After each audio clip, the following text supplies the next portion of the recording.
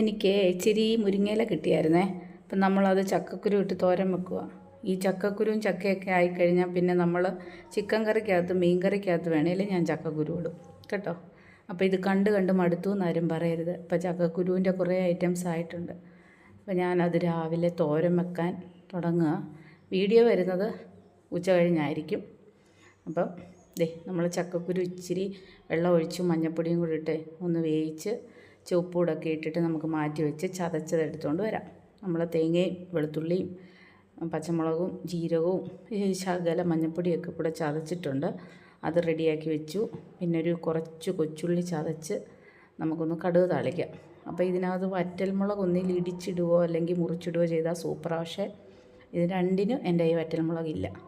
നമ്മൾ മുരിങ്ങയില ഇന്നലെ വന്നിട്ട് പേപ്പറിനകത്ത് ഞാൻ പൊതിഞ്ഞ് വെച്ചേക്കുമായിരുന്നു. അത് രാവിലെ കുടഞ്ഞെടുത്ത് കഴുകി രാവിലെ എഴുന്നേറ്റപ്പോഴേ കഴുകി വാരി വെച്ചേക്കുമായിരുന്നു, ആ വെള്ളമെല്ലാം ഊറിപ്പോകാൻ വേണ്ടിയിട്ട്. അപ്പോൾ നമ്മൾ വേവിച്ച് വെച്ച ചക്കക്കുരും കൂടി ഇട്ട് ഒന്ന് ഇളക്കി ആവി വേവിച്ച് തോർത്തിയെടുത്താൽ നമ്മുടെ മുരിങ്ങയില തോരൻ റെഡി.